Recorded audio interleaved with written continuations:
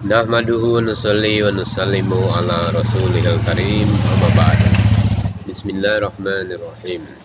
Seseorang yang sudah tua renta dengan alis mata yang telah menutupi matanya datang kepada Nabi Shallallahu Alaihi Wasallam dan berkata, "Wahai Rasulullah, ada seorang yang suka berkhianat, berzina, dan dia tidak meninggalkan satu keinginan atau nafsu syahwatnya yang paling kecil sekalipun kecuali dipenuhinya dengan sumpahnya.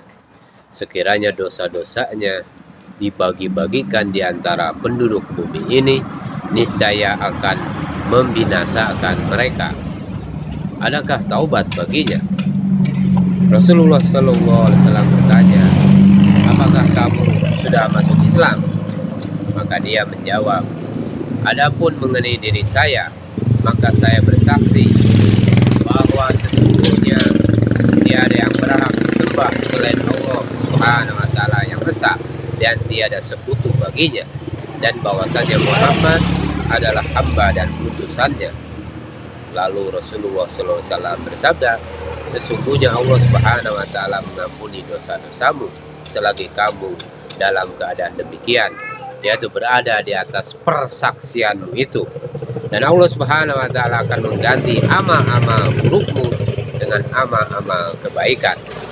Kemudian saudara-saudara, orang tua itu berkata, "Wahai Rasulullah, juga semua pengkhianatanku serta perbuatan zinaku?" Nabi SAW menjawab, "Ya, termasuk semua pengkhianatanmu serta perbuatan zinamu." Lalu orang tua itu berpaling dan pergi sambil mengucapkan takbir Allahu Akbar dan tahlil La ilaha illallah. Jadi saudara-saudara sekalian, di dalam hadis ini dikatakan bahwa sesungguhnya kalimat yang agung, kalimat yang mulia adalah kalimat La ilaha illallah, sehingga membuat seseorang ini dia akan terlepas daripada azab Allah Subhanahu wa Ta'ala disebabkan keimanannya kepada Allah Subhanahu wa Ta'ala. Oleh karena itu, maka usaha yang paling asas, yang paling utama dalam diri kita adalah usaha atas kalimah ini.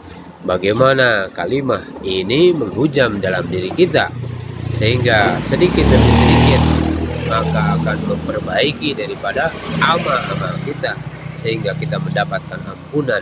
Di dalam sebuah hadis yang lain, baginda Nabi Shallallahu Alaihi Wasallam pernah bersabda, "Sesungguhnya Allah Subhanahu Wa Taala akan menyelamatkan seseorang dari umatku di hadapan seluruh makhluk pada hari kebangkitan."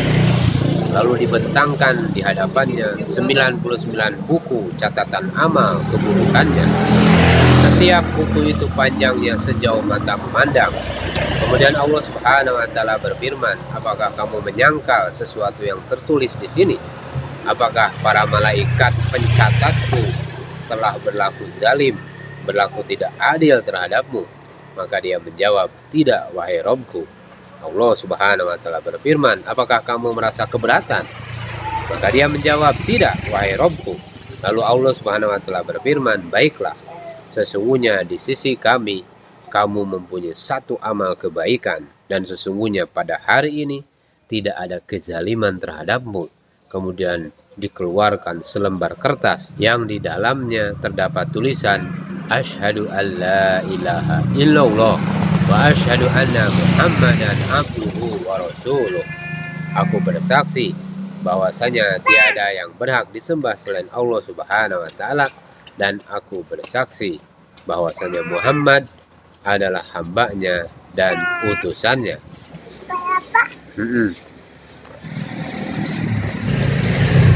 Kemudian Allah Subhanahu wa Ta'ala berfirman, "Mendekatlah pada timbanganmu." Dia berkata, "Wahai Robku, berapakah beratnya selembar kertas ini dibanding dengan semua buku catatan dosa-dosaku ini?"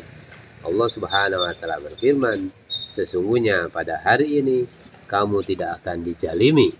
Kemudian buku-buku catatan dosa-dosanya itu diletakkan pada sebelah timbangan, dan sehelai kertas tadi di sebelah timbangan lainnya. Maka naiklah, ringanlah timbangan yang berisi semua buku-buku itu, dan turunlah beratlah timbangan yang berisi sehelai kertas tadi. Memang tidak ada sesuatu pun yang dapat menandingi beratnya nama Allah Subhanahu wa Ta'ala. Pernah suatu ketika baginda Nabi Shallallahu Alaihi Wasallam bersabda, "Aku bersaksi bahwa sesungguhnya tiada yang berhak disembah selain Allah Subhanahu Wa Taala, dan sesungguhnya aku adalah utusan Allah Subhanahu Wa Taala. Tiada seorang pun yang menghadap Allah Subhanahu Wa Taala pada hari kiamat dengan beriman terhadap persaksian itu, melainkan persaksiannya itu akan menghalanginya dari api neraka." Dalam riwayat lain disebutkan, tiadalah ia akan meninggal dunia dengan dua persaksian itu, melainkan ia akan dimasukkan ke dalam surga sesuai dengan tempat ia berada.